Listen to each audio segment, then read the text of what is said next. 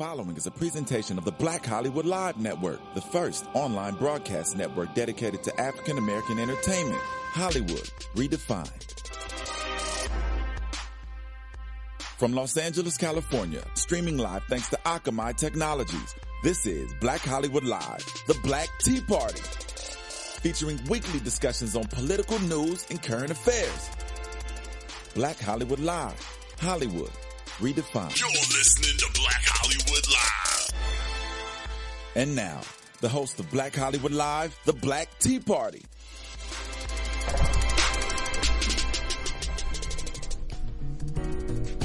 Here we go, you guys. Welcome, everyone. Thank you so much for coming. We are here. I know many of you out there wonder where we are. Well, we are back. You're watching the Black Tea Party here at Black Hollywood Live. My name is Shirley Husar, H-U-S-A-R. You can find me on Facebook, Twitter, Instagram, LinkedIn, as well as a lot of other social media sites. So check me out. And my co-host, starting with Don. Hi, it's Don Nash. I'm so happy to be back, Black Tea Party. I'm black. I got my tea. I got my opinions. I've got my point of view. Let's talk about it. Let's do it. Hey, Mike Tiemont here, at Michael Tiemont, MIHKELTEEMANT.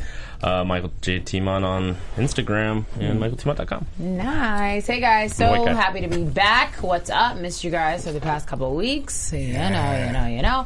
You can check me out on Twitter and Instagram at One Take Stace. I also do a show with our sister station, AfterBuzz TV, How to Get Away with Murder and Blackish. You can check me out there as well. I know. Murder or schmurder? Murder. It's murder. Well, we have got a lot of great topics to talk about today. I am so excited. Yeah. Because we're going to talk about several things. One, we're going to talk about $15 an hour versus working for yourself. Because a lot of us, a lot of us do have that working for ourselves type thing going with us. We do. Yeah. I didn't even think about that. We do. Yeah. We do. And then we're going to talk about Taye Diggs and his son.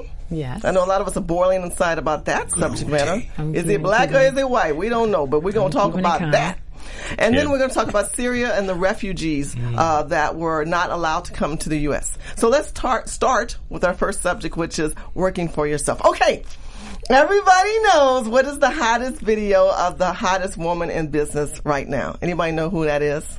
The Patti LaBelle, right? Oh, the pie. What? Yeah. Oh, okay. I was like, that is it the hottest video though? Oh my God, yes! It's got over 9 million views on Facebook. That is true. bad. That is very and because true. of who? Of the young man. That's right. Don, what do you feel about that? You know what?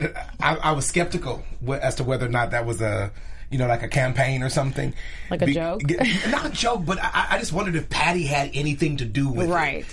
Because this dude, first of all, he scared me because I didn't know he was His name is James Wright, by the way, everybody. But James Wright, hilarious, number one. James, Love good for you. James. Shout out to you. But he did the greatest hits of Patty while gnawing on this pie. Yes, he did. And then he says, go to Walmart and buy your Patti LaBelle pie. And I was like, that's a plug. Right. He said Gorilla Glue, locked up in that pie. Well, I love you guys so much that I went to Walmart. Shut up. You brought the pies And I up. did the best that I could to try to get the pie. Sold out, right? It's kind of like sold out. Everybody wants this dang pie. I was about to freak But out. the good part about I was literally like, okay, what song am I going to break out and sing? I was like, wait, I got this is already ready. Yeah, I could eat that right now. But I do have something kind of close. Okay. Close. I brought another sweet potato pie. Oh, no. Yes, Wait, ladies I and hope this ain't from gentlemen. Aretha. No, this is not from Aretha. It's funny when people... I would trust Aretha more. Would you? No, Patty can cook. Patty's always... You're saying Aretha What can't is that? cook? Respect, bro. Whose pie is this? Isn't this wonderful? That wouldn't bake long enough. Who pie is that? They just baked it for us, baby. Go on and read They the baked critics. it for us? Wow. Ooh, doing that Wait a minute. It is the Where's this from? Gourmet Cobbler Factory Cool. Pasadena, guys. Out in Pasadena. We're going to taste this gourmet. We're going to do a taste Cobbler. test right now as we talk about the subject matter because we got so many to go through. But I just thought I'd show y'all. Wasn't that love? That smell Are like you guys that. excited? Beautiful. That's It really looks That like smell good. 3.1 filled with no repeating remainder. It's funny when people with household names like Patty they're able to do stuff like this or be a part of projects like this or whatever, create, just because, it's Patti LaBelle, so whatever she does, even if it's weird or funny, I thought it was just a funny little video, but it's serious. So It's a serious thing, It's serious, man. so it's interesting. Yeah, and then he did like a follow-up video too, which I kind of like. I was done. Seen. Okay. I didn't need to see the follow-up. Oh, okay. But the initial video, hilarious. Very good. This pie actually smells good. It does smell good, and here, I have the knife down here. And you know what? I always like my sweet potato pie to have a little brown on it. This has got a little brown on it. Has a little brown on it. It has a little brown on it. It means that it's been in the oven long enough. You know. So let's talk about this pie. This pie is not this pie. This pie is from Pasadena, but we're going to talk about Patty's sweet potato pie. And the videos that have gone viral from it is amazing. And a lot of people are just kind of impressed with the fact that when you own your own business, the repercussions of when it goes viral versus regular marketing. What do you guys feel about that? No, totally. I can agree with that. Have you guys seen the Squatty Potty commercial? The Squatty Potty. What's the Squatty Potty? Oh my God! You guys don't know about the Squatty Potty? Definitely haven't seen that. Google Squatty Potty after you're done watching this. It's the greatest commercial ever. They made this where a unicorn poops ice cream sherbet rainbow. It's the weirdest commercial ever. But you look at that. You look at Dollar Shave Club. That guy made his own commercials and started right away by throwing them on the internet for Dollar Shave Club. He just started by doing it. Is that so? That's not a bad thing necessarily. No, right? but that's the thing is now we're in a time where like small businesses can get off the ground by spreading what they have. I have spoons. Hold on. We got spoons. Taster party. But yeah, I mean, to your point, I think that there is something very valuable in terms of what's happening in the social media market that's allowing people to take advantage of becoming owners of your own business and then riding the social media wave to launch a campaign like this. I think it's just interesting because it is, like you said it like that, you said the same thing basically. We're all saying the same thing. The internet has done something very different to us as talent, us as social media people, us as influencers, like even the people they call influencers now. It's a teenager that has 3 million views. They're an influencer now. It's very weird. It shapes culture. It shapes culture. Like the people, like I said, the word influencer to me, it's such a strong word, and we're using it based on whatever. I mean, even with marketing, like we're saying, with smaller businesses, they're able to completely revamp themselves and go from small to medium by themselves. Like you don't even have to, you don't have to get a production company and all that stuff. They come to you. Right. They're coming to you now. It's a very different thing. So okay, well, I don't know where the forks are, so you're gonna have to do old school with your hands. So 1, 2, 3. Let's all savor the taste in our mouth. I'm not the biggest sweet potato fan, so let's see how this is. I'm gonna take like a small piece. Smell it up. I don't do finger food, y'all. Can I use this knife? Oh my I'm God. a man, Don. I love a man. I'm a man. Really good. A brother that use a knife. Come on, take a little piece here. Ready? I have to. I'm sorry. I don't even like sweet potato pie, and this is good.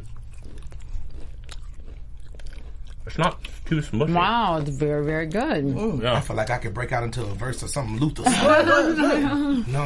This is too good. It's very good. They have peach cobbler? I should really not have a pie today. I really got to be better.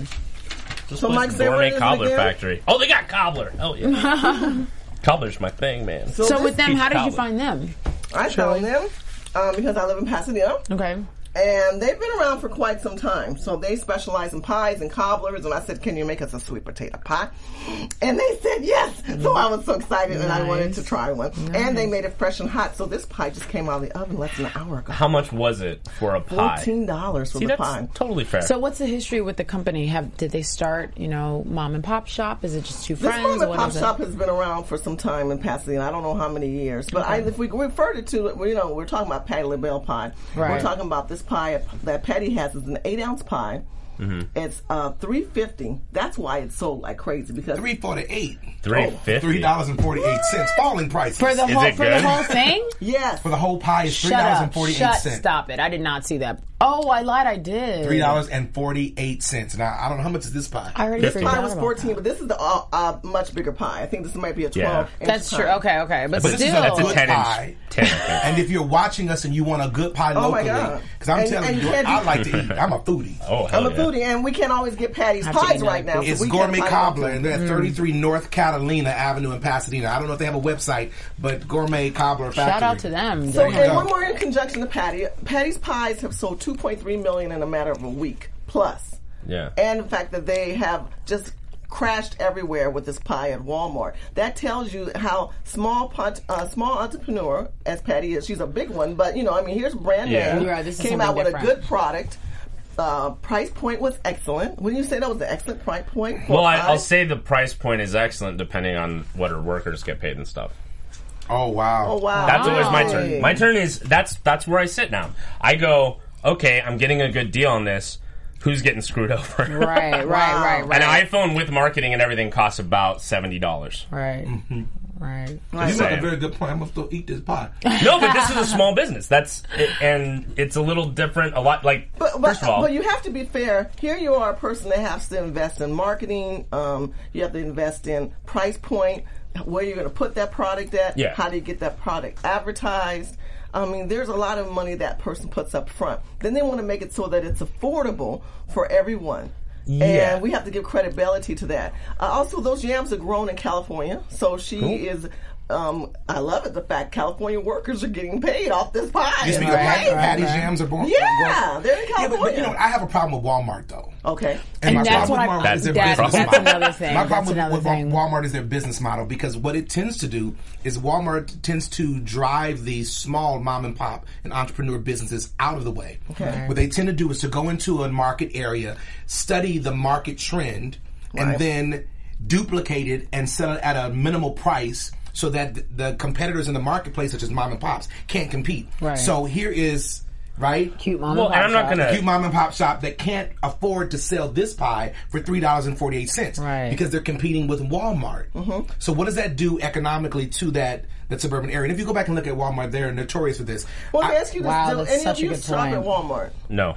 Well, I stopped. Not unless I absolutely like. If I I'm didn't with my stop, mom. but I haven't shopped since I've moved here, because where the heck is it? Listen, when I went over, this was several years ago. I don't know if they still have it, but Walmart opened up on Crenshaw Boulevard, Crenshaw and King in Los Angeles. Yes. And I never forget, you could go there and buy weave hair, 2 bags for $3. Okay. Now, mind you, they were right across. Hold a second. They're right across I have no the idea street. what the weave market Literally, is. they were right across the street from a strip of nothing but stupid. hair shops. And as a result, all of those hair shops begin to close down because they couldn't compete with Walmart, who's doing it for falling prices. But we're talking about small business. We're talking about corporate business. Yeah. And the competition. So, but you promote small business, but they have to face Patty's not the known giant for food. She's known for singing. She's known for her cookbook. Right. Okay, so I'm going to still put Patty in that small business category. I'm with Shirley on this, too. I agree with that. I think she's I'm not going to blame her for Walmart's problems. I'm not even. I don't want to go into this whole Walmart antic. The purpose of this point of the show is to talk about small businesses. I give her props. Yeah. I give anyone props that want to get out there and create their own wealth and not look for someone to give it to you, or get mad at people like Walmart, who also was a self-made man, Sam Walmart, and how it has evolved is another story, but the fact that he started an evolution of education and also helping people have jobs all across the United States. I mean, he does, but even to your point, like, what happens when a small business grows into a bigger business? Then what happened? Do we keep the same props, or are we still hats off? You started from the bottom, but now you're at the top, and you are, you dominate a lot of the supermarket, world. Then what? Do the rules change? Do we look at them differently? So that's an interesting question. I think it's the nature of the beast when you're dealing in big business and dealing in America that you're going to run up to this. If you're fortunate enough to grow your business, then you have to deal with the big boy problems. I think what we're talking about is the new small business entrepreneurship. And I think the point here is you can get free advertisement, free promotion if you utilize the social media thing. Absolutely. Because that's in essence what has happened for Patty. And you can also take the fact that in small businesses you can do them now online. You don't have to have brick and mortar.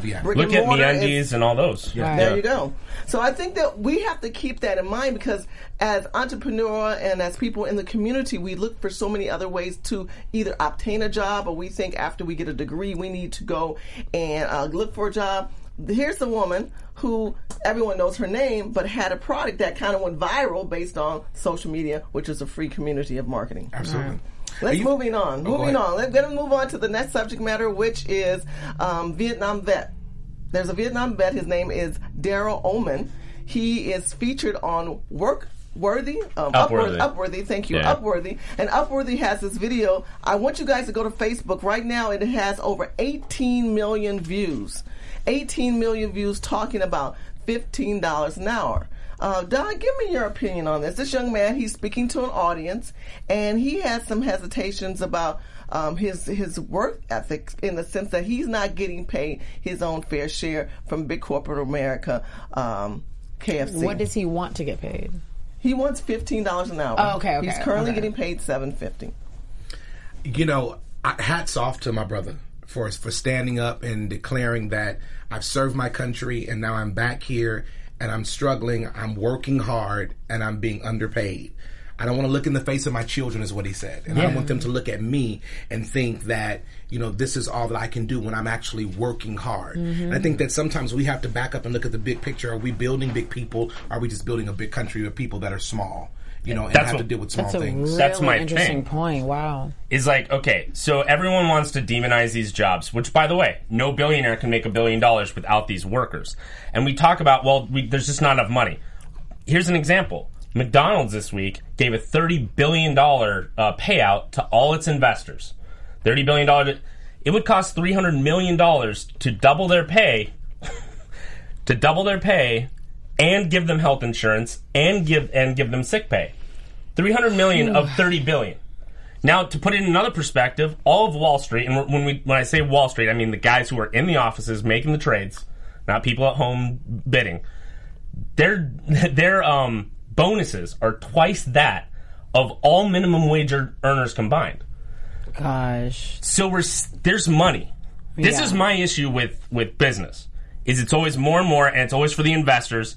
The middle class is getting enough that they're okay with the lower class not getting their share. Okay.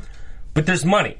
That people look at me like, oh, you just want to steal people's money. I'm like, well, these Wall Street guys are making $300,000 a year starting out. Yeah, but some of these firms, that's before their bonus. But you can't take away the winnings of someone that works that hard. Absolutely. Whoa! That's my point. What about the guy who's at the fry-later putting the fries in? The guy who's cashing. If those guys don't work, everyone says McDonald's is real estate. True. That's how they made a lot of money. Right.